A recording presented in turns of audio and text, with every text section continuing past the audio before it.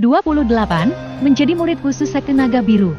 Mendengar ucapan dari Tetua San membuat Bu Cheng sedikit tertarik, namun untuk saat ini dia masih belum ingin untuk bergabung dengan kekuatan manapun.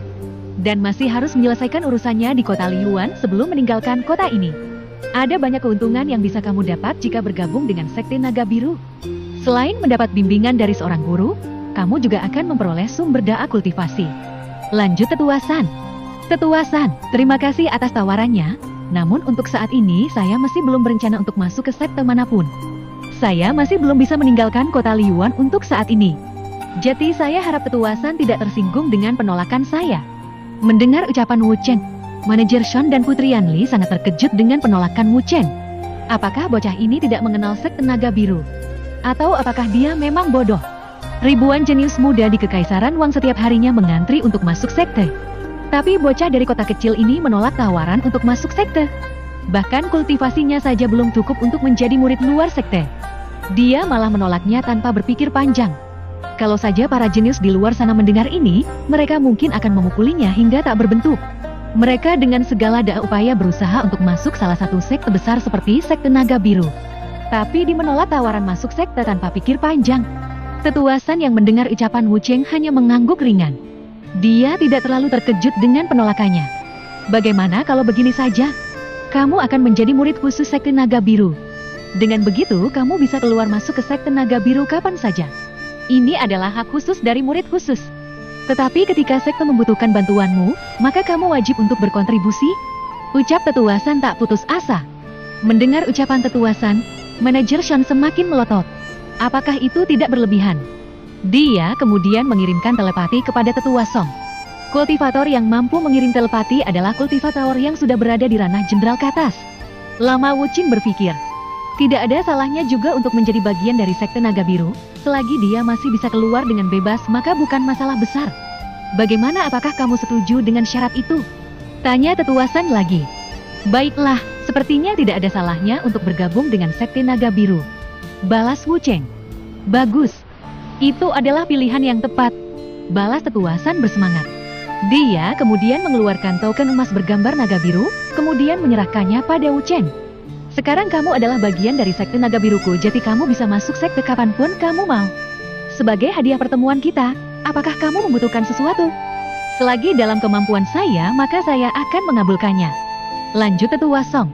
Mendengar tawaran itu, Wu Cheng sedikit berpikir. Kebetulan sekali dia sedang mencari sebuah tempat. Kalau begitu saya tidak akan sungkan Tetua. Kebetulan saya ingin membeli tempat ini.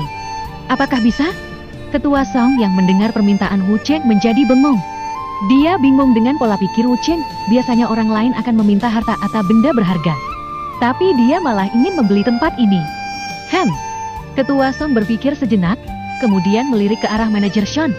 Melihat itu, Wu Cheng memahaminya. Tetua Song, Tetua tidak perlu khawatir dengan orang-orang yang bekerja di tempat ini.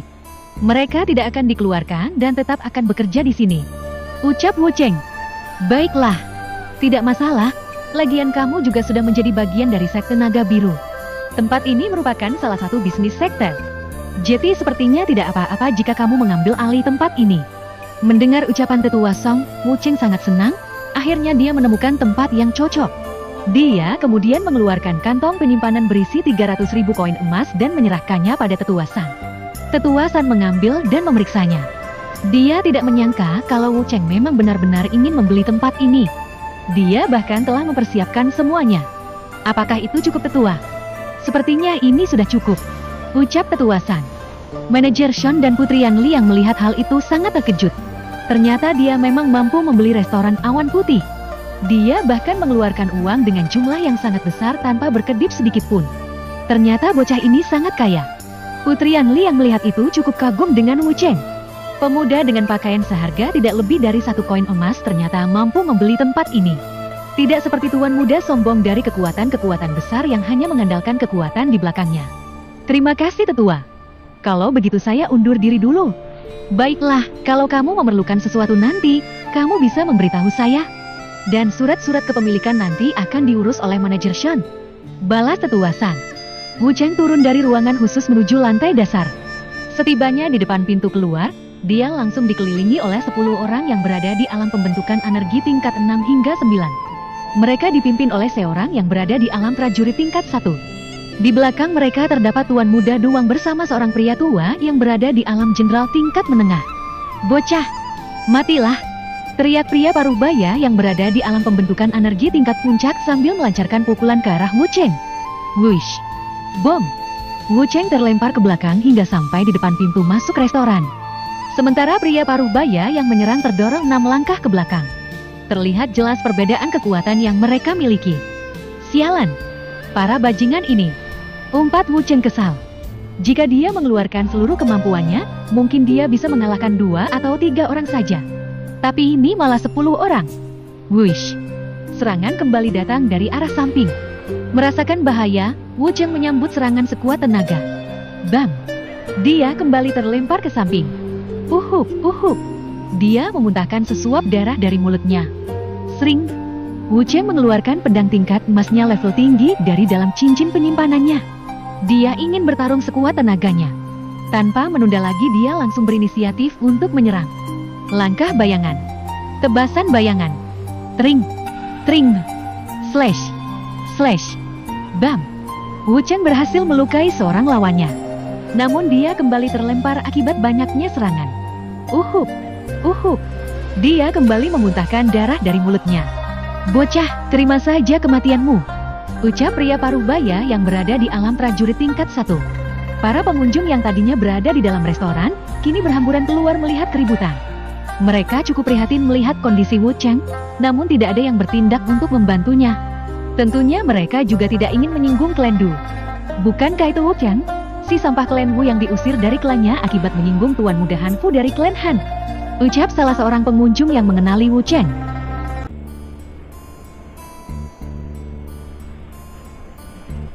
Bab 29, Pertempuran. Benar, itu adalah si sampah klan Wu. Akhir-akhir ini saya dengar dia juga membuat masalah dengan pemburu serigala darah. Sepertinya kali ini dia sudah tidak bisa diselamatkan lagi.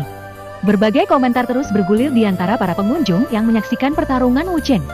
Banyak yang heran kenapa bocah ini suka membuat masalah. Ada juga yang diam-diam mengagumi sikapnya yang tidak takut memprovokasi kekuatan besar seperti klan Du. Di ruangan khusus restoran, "Guru, apakah guru tidak ingin membantu Wu Cheng? Dia sepertinya tidak akan mampu untuk bertahan lama lagi," tanya Putri Yanli pada Ketua San. Kondisi Wu Cheng sedikit memprihatinkan. Dia ingin membantu Wu Cheng, namun dilarang oleh Ketua San. "Tunggulah sebentar lagi, saya ingin tahu bagaimana anak ini menyelesaikan situasi ini," ucap Ketua San. Sementara manajer yang mendengar jawaban Ketua San hanya menggeleng kepala. Kondisi Wu Cheng sudah memprihatinkan, namun dia masih belum mengambil tindakan. Wu Cheng yang tidak memiliki jalan keluar dari situasi ini, dia berniat mengeluarkan kekuatan penuhnya. Namun ketika hendak menyerang dengan gabungan elemen miliknya, tiba-tiba, wush, wush, wush. 10 orang di alam pembentukan energi tingkat 3 hingga 9, 6 orang di alam prajurit tingkat 1 hingga tingkat 3, 2 orang di alam prajurit tingkat 5 dan 1 orang alam prajurit tingkat 9. Di antara mereka, salah satunya adalah Heng Mo yang sekarang sudah dianggap keluarga oleh Wu Cheng. Ternyata dia mendengar kabar bahwa Sanya Wu Cheng telah menyinggung salah seorang tuan muda yang berasal dari luar kota Liyuan. Mendengar berita itu, dia langsung mengumpulkan orang-orang yang telah direkrutnya sesuai dengan permintaan Wu Cheng, dan langsung mengajak mereka ke tempat kejadian perkara untuk melihat situasinya. Namun dia sedikit terlambat datang. "Tuan muda, maaf saya datang terlambat," sapa Heng Mao langsung menghampiri Wu Cheng. Para penonton yang menyaksikan ini dibuat terkejut oleh kedatangan banyak ahli bela diri. Namun lebih terkejut lagi ketika mengetahui kalau para ahli yang datang adalah orang-orang Wu Cheng. Mereka seakan sedang bermimpi di siang bolong. Pemuda yang disebut sebagai sampah, yang bahkan diusir dari klannya, ternyata memiliki kekuatan pendukung yang mungkin klan penguasa di kota Liyuan sekalipun tidak akan berani menyinggungnya. Apakah ini masih masuk akal? Bukankah kalau begitu, klan Wu telah membuang permata berharganya? "Tidak apa-apa paman," balas Wu Cheng pada Heng Mo. Kemudian ia melirik ke arah orang-orang yang bersama Heng Mo. "Apakah mereka orang-orang yang paman rekrut?" "Betul tuan muda, mereka rata-rata para kultivator mandiri, dan sebagian juga kenalan dan teman-teman paman. Jadi saya merekrut mereka karena belum bergabung dengan kekuatan manapun," jelas Heng Mo. Wu Cheng cukup puas dengan kerja Heng Mo yang begitu sigap. Baru aja 2 hari lalu dia memintanya untuk merekrut orang tapi sekarang sudah berhasil direkrut. Walaupun masih tidak banyak, Terima kasih Paman sudah bekerja keras, bantu aku mengatasi para bajingan ini dulu. Baik Tuan Muda, Heng Mo kemudian berbalik menatap orang-orang yang menyerang Wu Cheng tadi. Di sekitarnya juga berdiri orang-orang yang direkrutnya sesuai permintaan Wu Cheng. Bajingan-bajingan tua, beraninya kalian menganiaya Tuan Mudaku. Apakah kalian tidak memiliki rasa malu ketika mengeroyok seorang junior? Ucap Heng Mo geram. Tanpa menunda waktu, Heng Mo langsung menyerang lawan yang berada di alam pembentukan energi tingkat puncak. Yang lain juga tidak ketinggalan, mereka mulai mengambil bagian masing-masing. Wush, wush. Pertarungan pun terjadi, para penonton yang tadinya dekat, kini mulai menjauh satu persatu. Apalagi yang ranahnya masih di bawah alam pembentukan energi. Tentunya mereka tidak ingin menjadi korban serangan yang nyasar. Bam, bam, tering, tering. Benturan serangan maupun senjata pun mulai terjadi. Satu persatu mulai ada yang terluka. Pihak dari Tuan Muda Duang tentunya mengalami kerugian besar. Bukan hanya ranah kultivasi lawan yang lebih tinggi dari mereka, namun jumlahnya juga 2 kali lipat. Sejauh ini masih belum ada korban jiwa, namun anggota klan Du sangat tertekan. Tetua yang berada di samping Tuan Muda Duang juga belum mengambil tindakan. Namun melihat salah seorang anggotanya akan tewas oleh serangan orang-orang Wu Cheng akhirnya mengambil tindakan. Wush, bam, arg. Pria Parubaya yang bersama Heng Mo terlempar ke belakang hingga memuntahkan darah akibat serangan dari tetua yang selalu bersama Tuan Muda Duang. Pertarungan pun berhenti sejenak karena perubahan situasi itu. Ketika tetua itu hendak mengakhiri lawan di depannya, sebuah tekanan yang sangat kuat membuatnya tidak bisa bergerak di tempatnya. Dia bahkan gemetaran hingga berkeringat dingin merasakan aura penekanan itu. Ini sudah di luar kemampuannya. Bu! Dia akhirnya tidak kuat dan berlutut di tanah. Pria itu melihat sekeliling mencoba untuk melihat siapa pelakunya. Namun tidak menemukannya. Tak lama kemudian sebuah telepati sampai kepadanya. Bajingan tua, berani-beraninya kamu menindas seorang junior dari sekteku? Apakah kamu sudah bosan hidup? Pergilah sebelum aku berubah pikiran. Suara berat terdengar oleh pria tua itu. Merasakan ancaman nyata itu, dia tidak berani berpikir lagi. Setelah aura penindasan menghilang, dia berdiri dan langsung menuju Tuan Muda Duang yang masih berada di belakang. Tuan Muda, kita harus pergi sekarang. Ucapnya dengan panik. Tetua, apa yang terjadi? Kenapa Tetu begitu panik? Dan Tetua masih belum membalaskan dendamku kepada bajingan sialan itu. Kenapa kita harus pergi? Ucap Tuan Muda Duang merasa tidak senang. Tuan Muda, nanti saya jelaskan. Di sini ada ahli bela diri tersembunyi yang kuat. Dia bahkan lebih kuat dari Patria Clan. Jadi kita tidak bisa menyinggungnya. Ucapnya menjelaskan. Mendengar hal itu, membuat Duang sangat terkejut. Bahkan ahli itu lebih kuat dari ayahnya. Sepertinya mereka memang harus pergi. Tanpa menunda waktu, Tetua dan Tuan Muda Duang pergi dengan cepat. Dia bahkan sudah tidak menghiraukan para anak buah yang bersama mereka tadi. Mereka pergi tanpa menoleh sedikit pun. Melihat hal tuan mereka telah pergi, anggota klan Du yang lain juga menyusul mereka. Percuma mereka berada di sini, kalau orang kuat mereka aja menjadi takut, mereka pun tidak punya keberanian lagi. Para penonton yang menyaksikan itu dibuat bingung dengan perubahan situasi. Tetua yang bersama Tuan Muda Duang sudah berada di alam jenderal. Dari pihak Wu Cheng aja yang tertinggi hanya alam prajurit puncak. Jadi siapa yang membuat pria tua di alam jenderal itu menjadi kucing penakut? Apakah masih ada ahli bela diri yang bersembunyi di sini?